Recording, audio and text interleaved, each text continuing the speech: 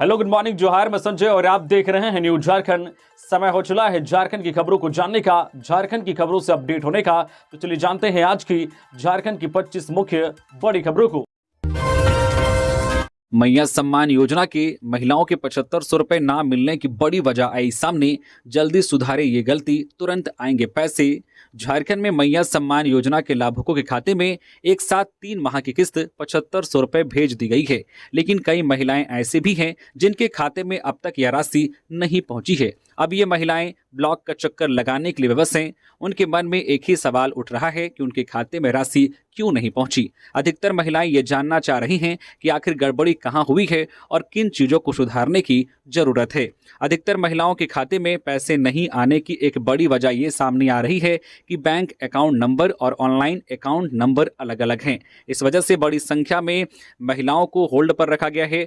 दूसरी बड़ी वजह ये बताई जा रही है कि ज्यादातर बैंक खातों से आधार कार्ड लिंक नहीं है। इस कारण भी कई महिलाओं को पैसे नहीं मिले हैं। वहीं अधिकतर लाभुक महिलाओं ने अब तक अपना जो केवाईसी नहीं करवाया है। इस कारण भी बड़ी संख्या में महिलाओं के पैसे अटक गए हैं। विभाग की ओर से बार बार बोलने के बावजूद भी बड़ी संख्या में लाभुक महिलाओं ने ना तो अपना आधार कार्ड बैंक से लिंक करवाया है और ना ही केवाईसी करवाया है। बिना केवाईसी के आपके अकाउंट में पैसे नहीं आएंगे। इसलिए अगर आपके पैसे अटके हैं तो सबसे पहले अपना आधार कार्ड बैंक से लिंक करवाएं, साथ ही अपना केवाईसी भी करवाएं। झारखंड में बदला मौसम का मिजाज, बंगाल की खाड़ी की हवा का दिख रहा असर। 22 मार्च तक बारिश का अलर्ट।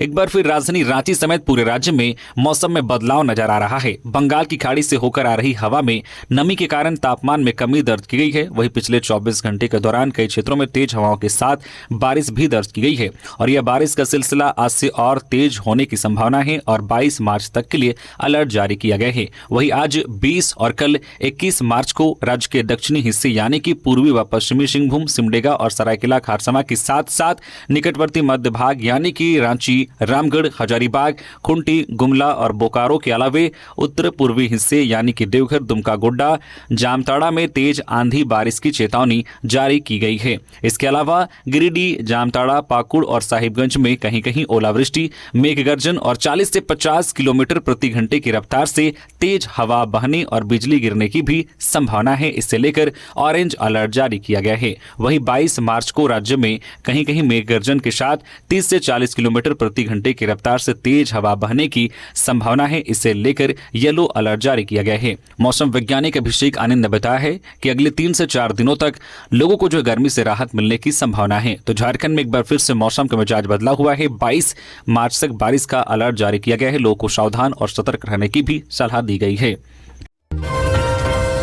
सारंडा जंगल में नक्सली ठिकाने पर कार्रवाई, 20 किलो का आईडी और विस्फोटक सामग्री बरामद, किया गया डिफ्यूज। पश्चिमी सिंहभूम में सुरक्षा बलों ने बुधवार को एक बड़ी सफलता हासिल की है। गुप्त सूचना के आधार पर छोटा नागरा और जरायकेला थाना क्षेत्र के सीमावर्ती जंगली पहाड़ी इलाके में विशेष अभियान चलाया गया। इस दौरान 20 किलोग्राम का आईडी बरामद किया गया। बम निरोधक दस्ते की मदद से आईडी को विस्फोट कर डिफ्यूज कर दिया गया। जरायकेला थाना क्षेत्र के वनग्राम राधापोड़ा के पास मंगलवार को प्रतिबंधित नक्सली संगठन भाकपा माओवादी के उग्रवादियों और सुरक्षा बलों के बीच मुठभेड़ हुई थी। इसके बाद चलाए गए सर्च अभियान में सुरक्षा बलों को बड़ी सफलता मिली। राधापोड़ा के आसपास के जंगली पहाड़ी क्षेत्र से सुरक्षा बलों ने 20 किलोग्राम का आईडी बरामद किया। साथ ही 5 पत्थर के मोर्चों को भी ध्वस्त किया गया। बम निरोधक दस्ते की मदद से विस्फोटक सामग्री को मौके पर ही नष्ट कर दिया गया। सुरक्षा बलों ने इस जगह से भारी मात्रा में गोला बारूद और अन्य दैनिक उपयोग की सामग्री भी बरामद की। सभी बरामद सामग्री को विधिवत जब्त कर लिया गया है। सरहुल रामनवमी और ईद को लेकर पुलिस ने शुरू की तैयारी, जानिए क्या है प्लानिंग। मार्च और अप्रैल महीने में 3 ऐसे पर्व आने वाले हैं जिनमें 2 में भव्य शोभा यात्रा निकाली जाती है और तीसरे में नमाज अदा करने के लिए लोगों का हुजूम उमड़ता है। तीनों ही पर्वों के दौरान पुलिस को बेहद अलर्ट रहना पड़ता है। ऐसे में सरहुल, ईद और रामनवमी को लेकर रांची पुलिस ने अपनी सुरक्षा की प्लानिंग शुरू कर दी है। ईद, सरहुल और रामनवमी पर्व को लेकर रांची पुलिस ने अपनी तैयारियां शुरू कर दी है। बुधवार को रांची के ग्रामीण एसपी सुमित अग्रवाल ने ग्रामीण इलाकों के सभी थानेदारों के साथ बैठक की, जिसमें तीनों महत्वपूर्ण त्योहारों को लेकर आवश्यक दिशा निर्देश जारी किए गए। अब तक की जानकारी के अनुसार 30 या 31 मार्च को ईद मनाया जा सकता है। वहीं 1 अप्रैल को झारखंड का सबसे महत्वपूर्ण पर्व सरहुल को लेकर पूरे शहर में शोभा यात्रा निकाली जाएगी। इसके बाद 6 अप्रैल को रामनवमी है। तीनों ही प्रमुख त्योहारों को लेकर रांची पुलिस पूरी तरह से अलर्ट मोड पर है। इसकी शुरुआत ग्रामीण इलाकों से की गई है। रांची के ग्रामीण एसपी सुमित कुमार अग्रवाल ने बताया कि सभी थानेदारों को अपने अपने थानों में शांति समिति की बैठक करने के निर्देश दिए गए हैं। इसके साथ ही ग्रामीण इलाकों के वैसे दागी जिन्होंने कभी न कभी पर्व त्योहारों के दौरान माहौल को खराब करने की कोशिश की है, उन सभी पर नजर रखने के साथ साथ 107 के तहत नोटिस भेजने का निर्देश दिया गया है। गोड्डा नगर थाना में आग का तांडव, 40 से ज्यादा जब्त बाइक और एक कार जलकर खाक, लाखों का नुकसान। गोड्डा जिले में नगर थाना परिसर में बड़ा हादसा हुआ है। महिला थाना के पीछे बुधवार को लगी आग ने विकराल रूप ले लिया। थाना परिसर में रखी 40 से अधिक जब्त बाइक और एक टाटा सफारी कार जलकर राख हो गई। नगर थाना प्रभारी दिनेश महली ने तत्काल फायर ब्रिगेड को सूचना दी। दमकल की टीम ने मौके पर पहुंचकर घंटों की मशक्कत के बाद आग पर काबू पाया। टीम की सूझबूझ से थाने में रखे अन्य सामान को बचा लिया गया। प्रारंभिक जांच में पता चला है कि तेज हवा के कारण जलते कूड़े से उड़कर आई चिंगारी से आग लगी। झाड़ियों की वजह से आग तेजी से फैल गई। अनुमंडल पुलिस पदाधिकारी अशोक प्रियदर्शी के मुताबिक आग लगने के कारणों की जांच जारी है। सीएम हेमंत सोरेन की गढ़वा को बड़ी सौगात, बंसीधर महोत्सव पर 182 करोड़ से अधिक का तोहफा। झारखंड के मुख्यमंत्री हेमंत सोरेन ने बुधवार को गढ़वा जिले को 182 करोड़ रुपए से अधिक की सौगात दी। उन्होंने 182 करोड़ 73 लाख 8 हजार रुपए की विभिन्न योजनाओं का उद्घाटन एवं शिलान्यास किया। बंसीधर महोत्सव के मौके पर उन्होंने बड़ा तोहफा दिया। सीएम ने कहा कि राज्य सरकार ने बंसीधर महोत्सव का पैमाना बढ़ाने का संकल्प लिया है। अब यह महोत्सव राज्य के महोत्सव के रूप में मनाया जा रहा है। बाबा बंसीधर का आशीर्वाद आप सभी पर बना रहे। इस महोत्सव को इस सरकार ने राज्य के महोत्सव का दर्जा दिया था। आने वाले वर्षों में गढ़वा को सरकार नई विकास योजनाओं का तोहफा देगी। गढ़वा के नगर उंटारी में आयोजित राज्य केसरी बंसीधर महोत्सव 2025 को संबोधित करते हुए उन्होंने यह बातें कही। इससे पहले हेमंत सोरेन ने गढ़वा के श्री बंसीधर मंदिर में वैदिक मंत्रोच्चार के बीच विधिवत पूजा अर्चना कर झारखंड वासियों की सुख समृद्धि, शांति, खुशहाली एवं उन्नति की कामना की। मुख्यमंत्री हेमंत सोरेन ने लोगों को संबोधित करते हुए कहा कि सरकार राज्य के गांव-गांव की सरकार है। राज्य की आधी आबादी को अपने पैरों पर खड़ा होने के लिए देश में पहली बार सबसे अधिक सम्मान देने का कार्य किया गया है। चुनाव के समय जो वादा उन्होंने किया था वह सरकार बनने के बाद तुरंत पूरा किया। कुछ लोग उनके कार्यों में अड़ंगा डालकर उन्हें परेशान करते रहते हैं। खुशखबरी, मैया सम्मान योजना की सभी लाभुकों को मिलेगी राशि। पलामू में 86,000 लाभुकों को नहीं मिला था लाभ। मैया सम्मान योजना के लाभुकों के लिए खुशखबरी है। पलामू में उन महिलाओं के खाते में जल्द ही मैया सम्मान योजना की राशि ट्रांसफर कर दी जाएगी जिनका नाम सूची में शामिल नहीं था। सरकार ने अब पहल शुरू कर दी है। दरअसल पलामू में दिसंबर माह में 3,72,937 महिलाओं के खाते में मैया सम्मान योजना की राशि भेजी गई थी, लेकिन मार्च महीने में 2,84,006 महिलाओं के खाते में ही मैया सम्मान योजना की राशि भेजी गई। 88,000 महिलाओं के नाम लाभुकों की सूची में नहीं थे, लेकिन अब इनमें से 86,000 महिलाओं के खाते में भी मैया सम्मान योजना की राशि भेजने की तैयारी शुरू हो गई है। पलामू में सामाजिक सुरक्षा विभाग के सहायक निदेशक विक्रम आनंद ने बताया कि जल्द ही सभी महिलाओं के खाते में राशि ट्रांसफर कर दी जाएगी। 86,000 महिला लाभुकों की राशि भेजी जानी है। दरअसल इस बार पलामू में 88,000 से अधिक महिलाओं का नाम लाभुकों की सूची में शामिल नहीं था, जबकि दिसंबर माह में इन्हें योजना का लाभ दिया गया था। वही मार्च महीने में इनके नाम योजना से हटा दिए गए, लेकिन अब सरकार ने पहल की है और मैया सम्मान योजना से जुड़े सभी लाभुकों के खाते में राशि भेजने की तैयारी की जा रही है। पलामू में मैया सम्मान योजना की 1 माह की एडवांस राशि आ गई है। जयराम महतो ने झारखंड में परिसीमन पर रखी अपनी राय, कहा पहले जातीय जनगणना का निष्कर्ष आना जरूरी। डुमरी से झारखंड लोकतांत्रिक क्रांतिकारी मोर्चा के विधायक जयराम महतो ने परिसीमन से पहले राज्य में जातीय जनगणना कराने और उसका निष्कर्ष को सामने लाने की बात की है। बुधवार को विधानसभा परिसर में विधायक जयराम महतो ने कहा कि जनसंख्या के हिसाब से विधानसभा सदस्यों की संख्या आरक्षित होनी चाहिए। झारखंड लोकतांत्रिक क्रांतिकारी मोर्चा के विधायक जयराम महतो ने कहा कि राज्य में बड़ी आबादी होने के बावजूद कुर्मी शुरू से अपेक्षित और प्रताड़ित है। राज्य के कुर्मियों ने हमेशा सिर्फ कुर्बानी दी है, लेकिन उनका हक और अधिकार नहीं मिला है। एनआरसी को लेकर विधायक जयराम महतो ने कहा कि झारखंड में एनआरसी से ज्यादा 1932 के खतियान पर आधारित स्थानीय नीति जरूरी है। वह विधायक जयराम महतो ने कहा है कि राज्य में आदिवासियों की संख्या घटी है या नहीं, इसकी जानकारी नहीं है, लेकिन ऐसा लगता है कि आदिवासियों की आबादी प्रतिशत में कम हुआ है। दरअसल 22 मार्च को आदिवासी संगठनों द्वारा झारखंड बंद पर विधायक जयराम महतो ने कहा है कि जब किसी भी समाज की अस्मिता पर संकट आता है तो आंदोलन होगा। उन्होंने एक सवाल का जवाब में कहा है कि सदन में जो वाद विवाद होते हैं, जो मुद्दा उठता है, उस पर जांच कराकर कार्रवाई होनी चाहिए। सरहुल पूजा की तैयारी पर चर्चा, घर घर सरना झंडा लगाने का आह्वान। केंद्रीय सरना संघर्ष समिति की बैठक बुधवार को प्रधान कार्यालय रांची के कांके रोड में हुई। अध्यक्षता समिति के प्रदेश अध्यक्ष शिवा कच्छप व संचालन सती तिर्की ने की। इस दौरान सरहुल पूजा की तैयारी पर चर्चा की गई। शिवा ने कहा कि प्रत्येक वर्ष की भांति इस वर्ष भी सरहुल पूजा का आयोजन पारंपरिक व सांस्कृतिक रीति रिवाज से होगा। 30 मार्च को सरना आदिवासी समाज के लोग उपवास रखेंगे। उस दिन नदी तालाब से मछली केकड़ा पकड़ने की परंपरा निभाई जाएगी। रात को घड़ा में जल रखने का कार्यक्रम होगा, जबकि 31 मार्च को पूजा और 1 अप्रैल को सरहुल शोभा यात्रा निकाली जाएगी। 2 अप्रैल को सभी घरों में फूलखौशी की जाएगी। उन्होंने कहा कि सरना धर्मावलंबियों से अपील है कि पारंपरिक ढोल नगाड़ा और मांदर के साथ सरहुल शोभा यात्रा में शामिल हो। सरहुल के दिन आदिवासी समाज के लोग घर घर सरना झंडा लगाएं। शोभा यात्रा में महिलाएं लाल पाड़ की साड़ी और पुरुष जो है धोती गंजी का उपयोग करें। हजारीबाग में जीटी रोड के किनारे एसबीआई के एटीएम से लूटे 6,17,000 रुपए। हजारीबाग जिले के बरही के बरसौत में जीटी रोड के किनारे एसबीआई के एटीएम से 6,17,000 रुपए की लूट हुई है। अपराधियों ने मनोज कुमार मनीलाल के मकान में स्थित एसबीआई एटीएम को मंगलवार की रात लूटा। 5 से 6 अपराधियों ने शटर तोड़कर 6,17,000 रुपए लूट लिए। काले रंग की स्कॉर्पियो में रात के 1:37 पर आए अपराधियों ने अपना चेहरा ढक लिया था।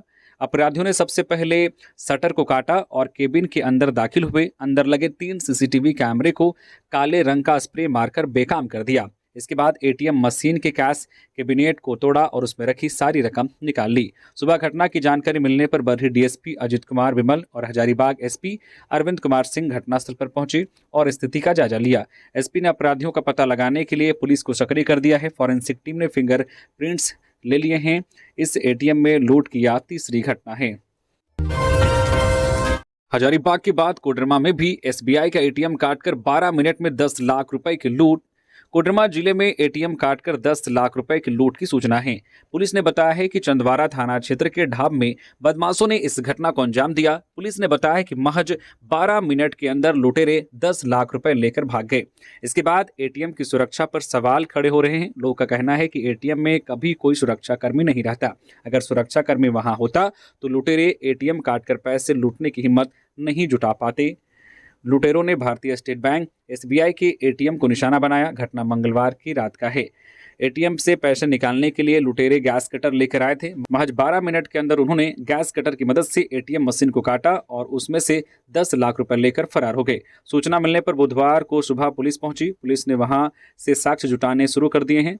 पुलिस ने कहा है कि मामले की जांच की जा रही है। लूट की इस वारदात को अंजाम देने वाले अपराधियों को जल्द ही गिरफ्तार कर लिया जाएगा। हजारीबाग में ट्रक की कार और बाइक से टक्कर, 1 की मौत 7 घायल। दनुआ घाटी में हुआ हादसा। हजारीबाग के चौपारण थाना क्षेत्र स्थित दनुआ घाटी में बुधवार को एक दर्दनाक सड़क हादसा हुआ। हादसे में एक व्यक्ति की मौत हो गई और 7 लोग गंभीर रूप से घायल हो गए। यह हादसा एक तेज रफ्तार ट्रक, एक कार और एक बाइक के बीच जबरदस्त टक्कर की वजह से हुई। मृतक की पहचान आशीष कुमार के रूप में की गई। वो बाइक पर सवार था और चतरा से चौपारण आ रहा था। वही कार धनबाद से औरंगाबाद जा रही थी। सभी घायल बिहार के रहने वाले हैं। इधर ट्रक चालक गंभीर रूप से घायल है, उसका एक पैर कट गया है। हादसे के तुरंत बाद स्थानीय लोगों ने घायलों को क्षतिग्रस्त गाड़ियों से निकालने की कोशिश की और पुलिस को सूचना दी। चौपारण थाना प्रभारी अनुपम प्रकाश मौके पर पहुंचे और बिना देरी किए अपनी गाड़ी से घायलों को सामुदायिक स्वास्थ्य केंद्र चौपारण भेजा। अस्पताल में प्राथमिक उपचार के बाद कुछ घायलों को बेहतर इलाज के लिए रेफर कर दिया गया। स्थानीय लोगों के अनुसार हादसे की मुख्य वजह 6 लेन सड़क का निर्माण कार्य है। निर्माण कार्य के कारण सड़क पर जगह जगह गड्ढे और अव्यवस्थित यातायात की समस्या बनी हुई है। कई बार वाहन चालक सड़क की स्थिति से अचानक रूबरू होते हैं, जिससे दुर्घटनाएं हो रही हैं। पेशा लागू करने की मांग को लेकर डोंबारी से पदयात्रा शुरू। पेशा कानून 1996 को लागू करने की मांग को लेकर बुधवार को विभिन्न आदिवासी संगठनों के प्रतिनिधियों ने खुंटी के ऐतिहासिक डोंबारी बुरू पहाड़ी से पद यात्रा की शुरुआत की। यह पद यात्रा 21 मार्च को रांची पहुंचेगी। इस दिन अपनी मांगों को लेकर लोग विधानसभा का घेराव भी करेंगे। पद यात्रा में शामिल लोग अपने हाथों में पोस्टर भी थामे हुए थे। इनमें लिखा हुआ है, झारखंड में पंचायत राज अधिनियम 2001 नहीं, पेशा कानून 1996 को लागू करो। गांव गांव की आवाज, अबुआ दिशुम अबुआ राज, पंचायत के हम गुलाम नहीं, गांव के मालिक हैं। उलगुलान की धरती का संकल्प है, आदिवासी स्वशासन ही एकमात्र विकल्प। आदिवासी क्षेत्र सुरक्षा परिषद के अध्यक्ष जो है ग्लिटसन डुंगडुंग ने कहा है कि पेशा कानून 1996 के 23 प्रावधानों को जो है उपयुक्त नियमावली द्वारा जल्द लागू किया जाना चाहिए। इस मांग को लेकर आदिवासी संगठन लगातार आंदोलनरत है। आंदोलन की अगली कड़ी के तहत 24 मार्च को आदिवासी प्रतिनिधि सभा भी होगी। इसके बाद भी राज्य सरकार हमारी मांगे नहीं मानती है तो मोरहाबादी मैदान में बड़ी संख्या में लोग सभा में शामिल होंगे। हजारीबाग में बालू लदे हाईवा ने बाइक को मारी टक्कर, इकलौते बेटे की मौत, दोस्त गंभीर, परिजनों ने की मुआवजे और जांच की मांग। हजारीबाग के इचाक प्रखंड के हदारी गांव में एक दर्दनाक सड़क हादसा हुआ। बालू से भरे हाईवा ने मोटरसाइकिल को टक्कर मार दी। हादसे में पोखरिया गांव निवासी बलदेव महातो के इकलौते पुत्र माइकल कुमार की मौत हो गई। उसका साथी जो बड़का खुर्द निवासी सोनू कुमार गंभीर रूप से घायल हो गया। घटना उस समय हुई जब माइकल अपने दोस्त के साथ नानी के घर चपरक गाँव जा रहा था। स्थानीय लोगों के अनुसार हादसे का कारण वाहन की तेज रफ्तार थी। पुलिस ने शव को पोस्टमार्टम के लिए शेख भिखारी मेडिकल कॉलेज अस्पताल भेजा है। घायल सोनू को प्राथमिक उपचार के बाद बेहतर इलाज के लिए रांची रिम्स रेफर कर दिया गया है। मृतक के परिजनों ने प्रशासन से मुआवजे की मांग की है, साथ ही घटना की गहन जांच की भी मांग की है। रांची के नामकुम में हिंसा और युवक की मौत मामले में रांची पुलिस ने 5 महिला समेत 15 लोगों को किया गिरफ्तार। बड़ी खबर राजधानी रांची से, जहां पुलिस ने नामकुम में हुई हिंसा और युवक की मौत के बाद बड़ी कार्रवाई की है। रांची पुलिस ने घटना में शामिल 5 महिलाओं समेत 15 को गिरफ्तार कर जेल भेज दिया है। रांची के नामकुम में 14 और 15 मार्च को मामूली विवाद के बाद गुटों में हिंसक झड़प के बाद पुलिस ने हिंसा करने वाले लोगों को चिन्हित करते हुए 15 आरोपियों को पकड़ा है। इस मौके पर ग्रामीण एसपी ने बताया है कि पूर्व में करीब 14 से 15 लोगों को अरेस्ट किया गया था। वही 2 अपराधियों ने सरेंडर किया जिन्होंने पत्थरबाजी की थी। वही कुछ अपराधी मौके से फरार है जिनकी तलाश जारी है। बैंक और कपड़े की दुकान में महिला ने चुराए रुपए, 24 घंटे में 3 महिलाओं से की चोरी, सीसीटीवी फुटेज से पकड़ी गई। गिरिडीह के पचंबा थाना पुलिस ने एक सातिर महिला चोर को गिरफ्तार किया है।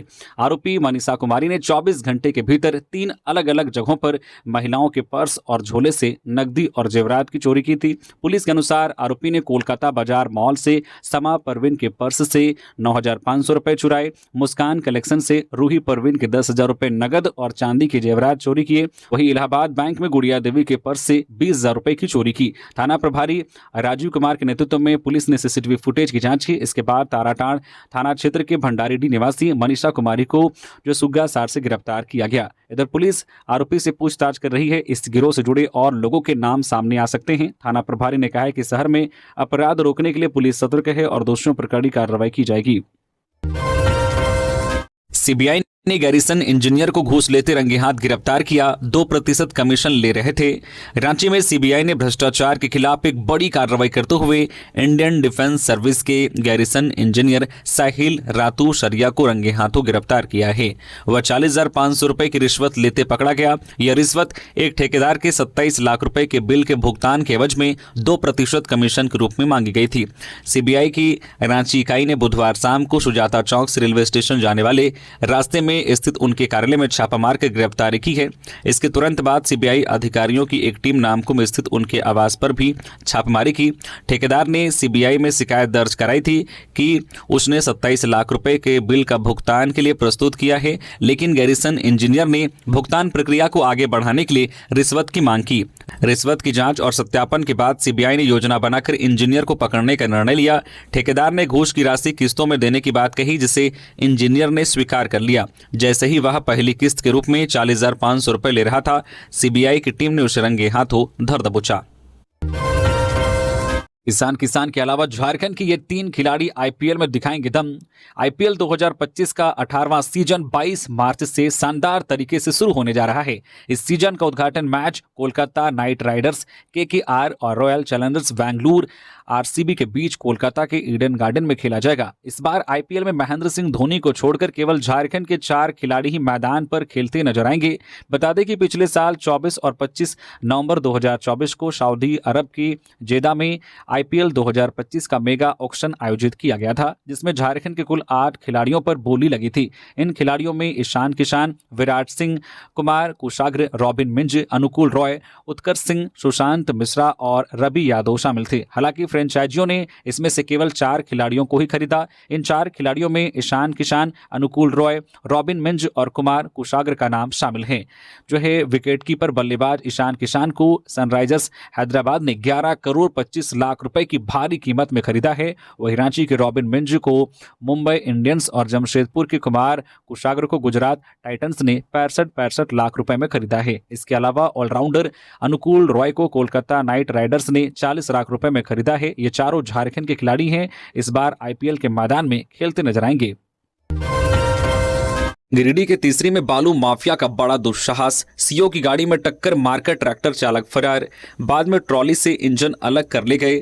गिरिडीह जिले के तीसरी में बालू माफिया का दुस्साहस सामने आया है। अंचलाधिकारी अखिलेश प्रसाद के वाहन को बालू लदे ट्रैक्टर ने टक्कर मार दी। हादसे के बाद ट्रैक्टर चालक मौके से फरार हो गया। घटना भंडारी तीसरी मुख्य मार्ग की है। अंचलाधिकारी तीसरी पंचायत भवन की ओर जा रहे थे। इसी दौरान उन्हें अवैध बालू लदे ट्रैक्टर की सूचना मिली। वे ट्रैक्टर को पकड़ने निकले। मुख्य मार्ग पर ट्रैक्टर चालक ने अधिकारी के वाहन को देखा, वह ट्रैक्टर घुमाने लगा और इसी दौरान टक्कर हो गई। टक्कर में अधिकारी का वाहन क्षतिग्रस्त हो गया। टक्कर के बाद बालू लादा ट्रैक्टर सड़क किनारे पलट गया। माफिया ने अपने लोगों को भेजकर अंचलाधिकारी की मौजूदगी में ही ट्रैक्टर की ट्रॉली को अलग कर इंजन ले गए। पुलिस ने एक मजदूर को हिरासत में लिया है। गिरिडीह में बालू का अवैध खनन बड़े पैमाने पर हो रहा है। आम लोगों को बालू मुश्किल से मिलता है, वही सरकारी कार्यों में इसका बेरोक-टोक इस्तेमाल होता है। इससे बालू माफिया के हौसले बुलंद हैं। वे अधिकारियों की गाड़ी को भी टक्कर मारने से नहीं चूकते। झारखंड समेत इन राज्यों में नक्सली फिर अपना नेटवर्क बढ़ाने को तैयार। अलर्ट पर पुलिस। झारखंड सहित छत्तीसगढ़, महाराष्ट्र और मध्य प्रदेश में भाकपा माओवादी नक्सली संगठन अपने नेटवर्क को फिर से मजबूत करने की तैयारी में है। इस साजिश का खुलासा पुलिस मुख्यालय के स्पेशल ब्रांच की रिपोर्ट से हुआ है। स्पेशल ब्रांच ने इस रिपोर्ट के आधार पर रांची, धनबाद, जमशेदपुर के एसएसपी और सभी जिलों के एसपी को सतर्क कर दिया है। साथ ही आईजी और डीआईजी को भी जरूरी कदम उठाने के निर्देश दिए गए हैं। सीआरपीएफ और झारखंड जगुआर को समन्वय बनाकर सुरक्षा सुनिश्चित करने को कहा गया है। रिपोर्ट के मुताबिक नक्सली संगठन ने इन राज्यों में अपना जनाधार काफी हद तक खो दिया है। इसी वजह से सेंट्रल कमेटी और सेंट्रल मिलिट्री कमीशन ने बचे हुए लोकल कैडर को फिर से सक्रिय करने की योजना बनाई है। नक्सलियों की कोशिश है कि आईडी विस्फोट और अम्बुस के जरिए अपनी मौजूदगी को दिखाया जाए। स्पेशल ब्रांच ने सीआरपीएफ और झारखंड जगुआर को निर्देश दिया है कि वे आपस में समन्वय बनाकर सुरक्षा व्यवस्था को मजबूत करें। पुलिस मुख्यालय ने नक्सलियों की गतिविधियों पर नजर रखने के लिए सुरक्षा बलों को पूरी तरह से अलर्ट कर दिया है। पलामू में अवैध अस्पताल पर प्रशासन की कार्रवाई। फर्जी कागजात से चल रहा अस्पताल सील, 2 लोग हिरासत में। डाल्टनगंज में मेदिनी राय मेडिकल कॉलेज अस्पताल से मात्र 50 कदम की दूरी पर अवैध रूप से चल रहे रक्षक इमरजेंसी हॉस्पिटल को प्रशासन ने बुधवार को सील कर दिया। यह अस्पताल बिना किसी वैध लाइसेंस के अल्ट्रासाउंड और मरीजों का इलाज कर रहा था। मेदिनीनगर के सदर जो एसडीओ सुलोचना मीना को इसकी गुप्त सूचना मिली थी। उन्होंने एमएमसीएच के डॉक्टर एसके रवि और डीपीएम प्रदीप कुमार के साथ छापेमारी की। जांच में पाया गया कि अस्पताल के पास फर्जी कागजात थे और बिना योग्यता वाले कर्मी मरीजों का इलाज कर रहे थे। यह पहली बार नहीं है जब इस अस्पताल को सील किया गया है। 10 दिसंबर 2024 को भी इसे सील किया गया था, लेकिन सील तोड़कर अस्पताल फिर से चालू कर दिया गया। यहां छतरपुर, पाटन और लेस्लीगंज समेत जिले के विभिन्न क्षेत्रों से मरीज आ रहे थे। अस्पताल के बोर्ड पर 6 डॉक्टरों के नाम अंकित हैं, लेकिन छापेमारी के दौरान एक भी डॉक्टर मौजूद नहीं थे। 100% राशन कार्डों का ई-केवाईसी करे डीसी लातेहार। डीसी उत्कर्ष गुप्ता ने बुधवार को समाहरणालय परिसर से जागरूकता रथ को हरी झंडी दिखाकर रवाना किया। राशन कार्डधारियों को जागरूक करने के उद्देश्य से रथ को रवाना किया। डीसी ने कहा है कि राष्ट्रीय खाद्य सुरक्षा अधिनियम के लाभुकों का 100% आधार सीडिंग सुनिश्चित किए जाने का आदेश जारी किया गया है। लातेहार शहरी सहित सभी प्रखंडों के जन वितरण प्रणाली विक्रेताओं को राशन कार्डधारी के निवास स्थान पर जाकर 100% लाभुकों का ई-केवाईसी करने का निर्देश दिया गया है। डीसी ने कहा है कि राष्ट्रीय खाद्य सुरक्षा अधिनियम से आच्छादित पीला एवं गुलाबी राशन कार्डधारियों का 100% ई-केवाईसी तय समय पर पूरा करने के लिए जिले में 21 से 27 मार्च तक ई-केवाईसी सप्ताह का आयोजन किया जाएगा। जिला आपूर्ति पदाधिकारी रश्मि लकड़ा ने बताया है कि राष्ट्रीय खाद्य सुरक्षा अधिनियम के सभी लाभुकों का ई-केवाईसी पूर्ण किए जाने के लिए 31 मार्च की तिथि निर्धारित है। इसके तहत 21 से 27 मार्च तक ई-केवाईसी सप्ताह आयोजित करने का निर्णय लिया गया है। गृह मंत्री से मिले राज्यपाल, विधि व्यवस्था पर की चर्चा, राजभवन पत्रिका भेंट की।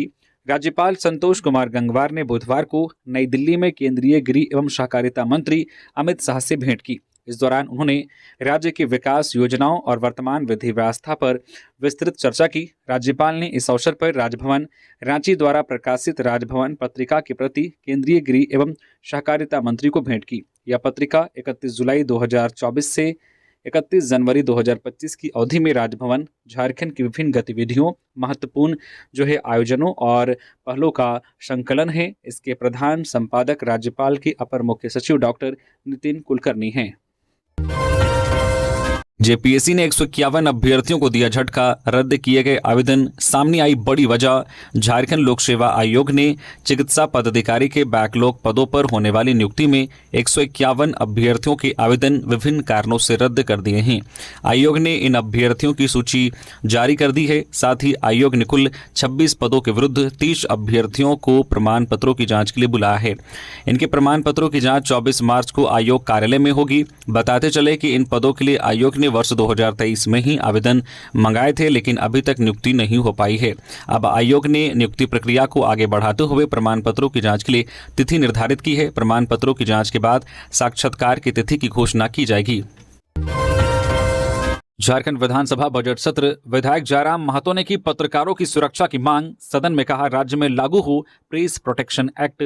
झारखंड विधानसभा के बजट सत्र में शून्यकाल की कार्यवाही के दौरान डुमरी विधायक जयराम महतो ने छत्तीसगढ़ में हुई पत्रकार की निर्मम हत्या का जिक्र करते हुए सदन में पत्रकारों के संरक्षण और सुरक्षा के लिए प्रेस प्रोटेक्शन एक्ट झारखंड में लागू करने की मांग की है। विधायक जयराम ने छत्तीसगढ़ के तर्ज पर झारखंड में भी पत्रकारों की सुरक्षा देने के लिए प्रेस प्रोटेक्शन एक्ट लागू करने की मांग की। साथ ही मजीठिया कमेटी की रिपोर्ट राज्य में लागू करने की मांग विधानसभा के पटल पर रखी है।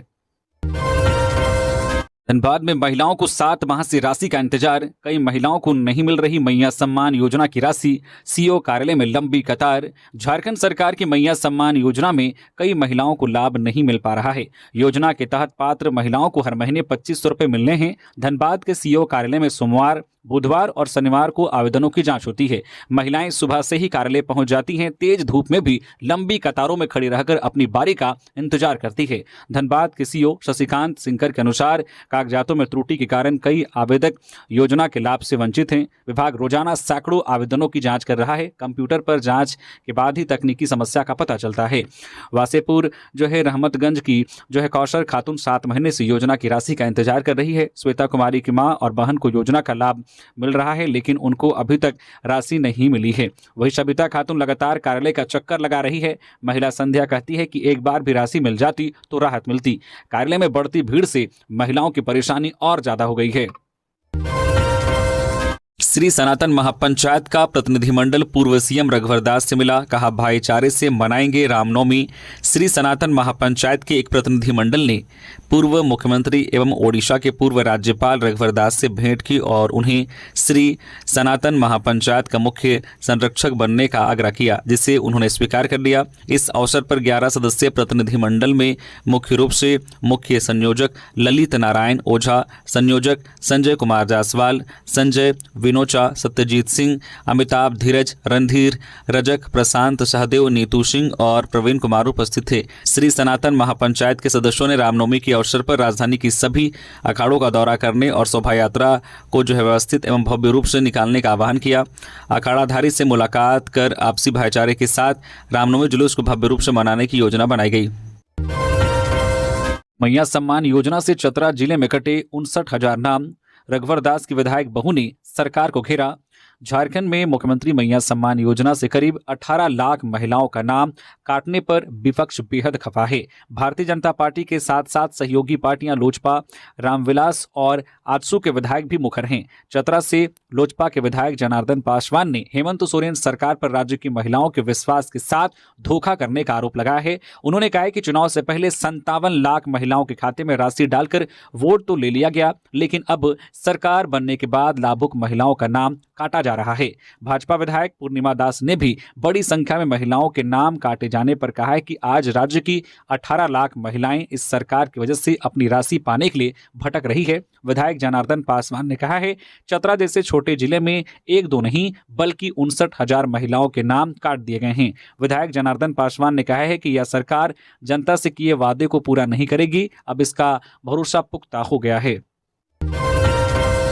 धनबाद के कतरास में पूर्व बीसीसीएल कर्मी के घर में लगी आग, लाखों की संपत्ति जलकर राख।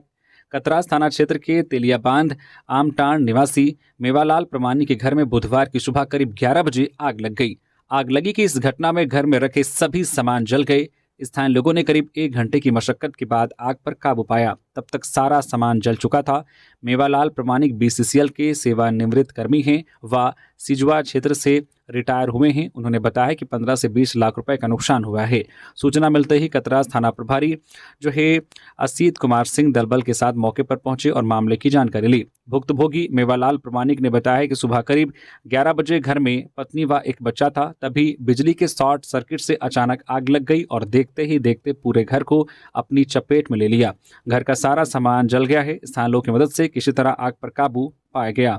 तो ये थी आज की झारखंड की टॉप बड़ी खबरें। इसी तरह से झारखंड की हर छोटी बड़ी खबर देखने के लिए आप हमारे चैनल न्यूज झारखंड चैनल को सब्सक्राइब करके बेल आइकन प्रेस कर दीजिए, जिससे झारखंड की हर छोटी बड़ी खबर का अपडेट आप तक पहुंचता रहे। तो अभी के लिए बस इतना ही, हमें दीजिए इजाजत, फिर मिलते हैं नेक्स्ट खबरों के साथ। धन्यवाद।